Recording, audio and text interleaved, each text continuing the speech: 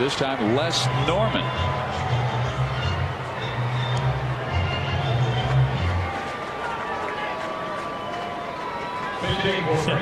You just got to love this. I know that there's not too many other options out there, but like I said before, Boone is running these guys. Norman's got 13 Major League games under his belt, and he's in a position like this where he has to come to the plate late in the game and has to perform for his Major League ball club. And hey, the only way you learn how to do it is to be put in those situations. Let me ask you this. Talking to the veteran hitters like Tony Gwynn and even George Brett when he was playing for Kansas City, and a guy like Barry Bonds, they like to face a veteran pitcher, somebody they know. Now, a veteran pitcher, does he like to face a young hitter? I think pitchers generally do like to face a young hitter because they feel like they have the edge.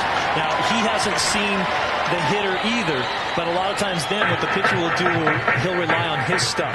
He'll rely on my best pitches. You know, I know what I want to do with this hitter. I don't really care who he is. I know he's had good numbers in the past at the minor league level. Let's see if he's a big league hitter. That's the job of Les Norman. And Norman goes down the line. That's a foul ball. Here comes Tucker to tie the game. He's rounding third. We're tied at 7. They're going to send the man behind him. Brett Gagne. Here's the play. Safe. And the Royals lead 8-7.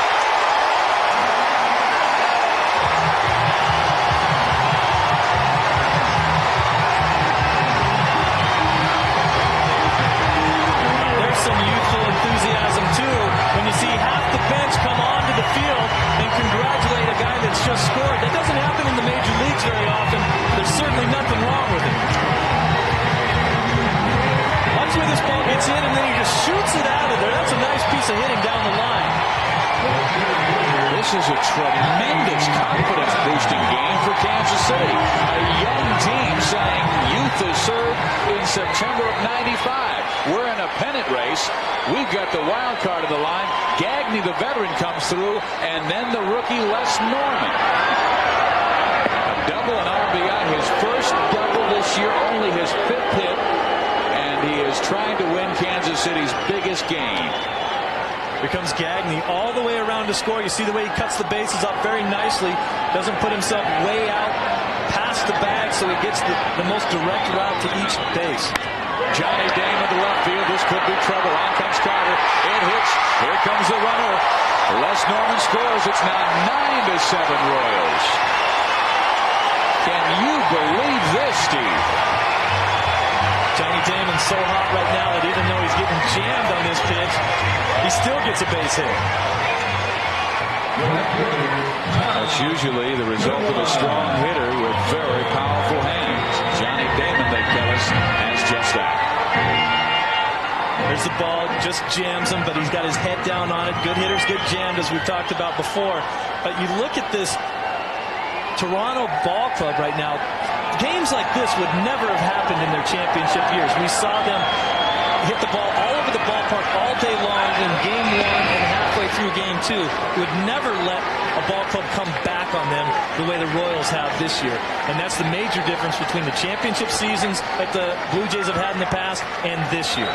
Toronto had 11 straight winning seasons before 1994. They won 4 divisional titles and 2 World Series. Tommy Goodwin pops it up, third base side. Ed Sprague wants it, but the shortstop calls him off, and Tomas Perez makes the catch. And finally, 2 outs here in the 8th inning. This is a team that came in here today that had lost 4 straight games in Cleveland. They go to the White Sox. They lose 3 straight there. They come in here and they take the first game, and it seemed like they started to change the momentum back. But you see a lot of blank stares on a lot of players from this team wondering, wow, what happened to us? And you've seen that a lot around baseball this year when you look at the Yankees and the White Sox and the Toronto Blue Jays, teams that were supposed to fare pretty well, and they just have not got the job done. Now Wally Joyner, the batter, and he takes strike 1. Wally Joyner was a big hitter in the 7th inning. He reached on an error, and he needed to get on because Gary Gaetti then followed with a booming home run, a 3-run blast to get Kansas City in this game. And now Les Norman has given him the lead with a huge double to score 2. And he swings and misses, and while he's behind the count, no balls, 2 strikes. But for Toronto, I remember '92 when they were just getting that confidence, feeling that they could win it all. They had these T-shirts that